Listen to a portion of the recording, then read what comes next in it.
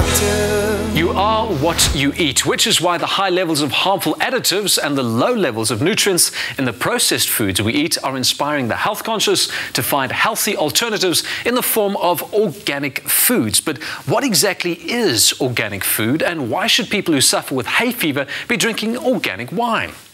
Be whoever you need to be with Vital.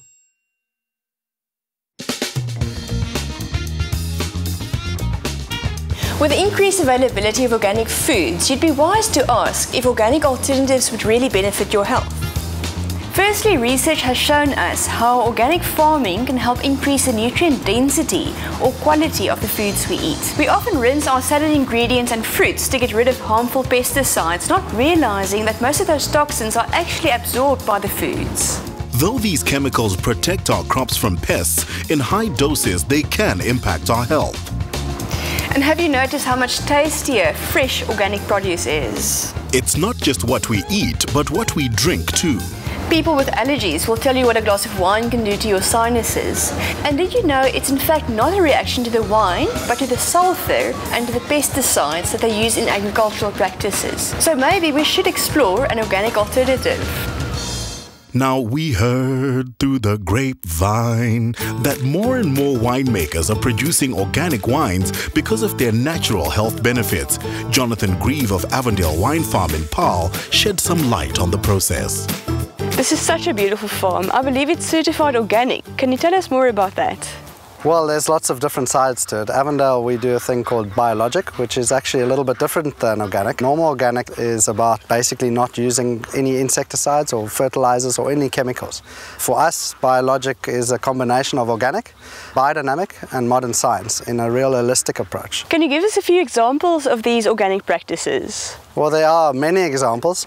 Something that we do at Avondale is asking Mother Nature's approval of what we do. I think the most visual of those are actually our use of ducks and the use of that for controlling our snail population. And basically how the system works is that we have 100-day-old ducklings in autumn. We raise them until they're about a month and a half and they've got their feathers and they're waterproof.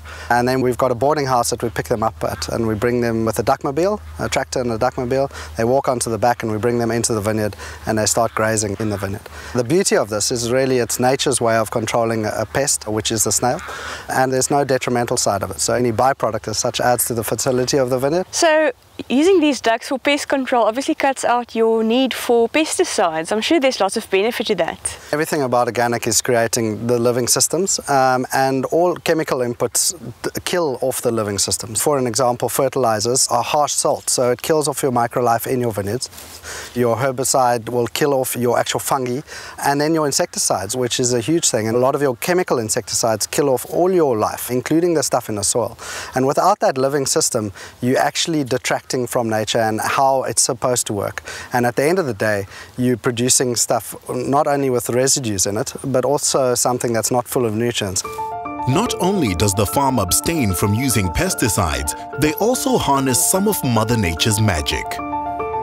So this is a perfect example of our cover crops. Different covers, different mixes. So we've got some vetches. This is a great example of a bitter lupin. And when you pull it out, you can actually see the different nodules on it. So if you open this up, you'll see that it's pink inside. And if it's pink, it's actually bound in nitrogen. So what is the benefit of that to the grapes? Well, the biggest thing about natural nitrogen is that it's a natural source of nitrogen versus a chemical input. So your chemical fertilizers come in and kill your microlife in your soil, whereas this is actually a natural source and doesn't leach. I would love to taste your organic wines now. Well, let's go introduce them to you. Organic wines tend to contain a lot less sulfur, which is a godsend for sinus sufferers. The fact that these wines contain no pesticides obviously make them a lot healthier, but what can you tell me about the sulfur content? Well, the sulfurs in the wine are half the industry norm for organic wines. It's very much about having healthy vineyards, healthy fruit. The other thing about it is that we actually have no additives other than the sulfur, so there's no chemical side to it, and it's as natural as wine was intended to be. So there's the Cabernet Sauvignon 2010 for you to sample. Well, this type of wine obviously can be recommended for somebody with a sulfur allergy and suffer with sinus problems. And I must say, this is a beautiful Cabernet. So the next time you're in the fresh produce section of your supermarket, be sure to look out for organic alternatives. They're good for the environment and great for your taste buds. Be whoever you need to be with Vital.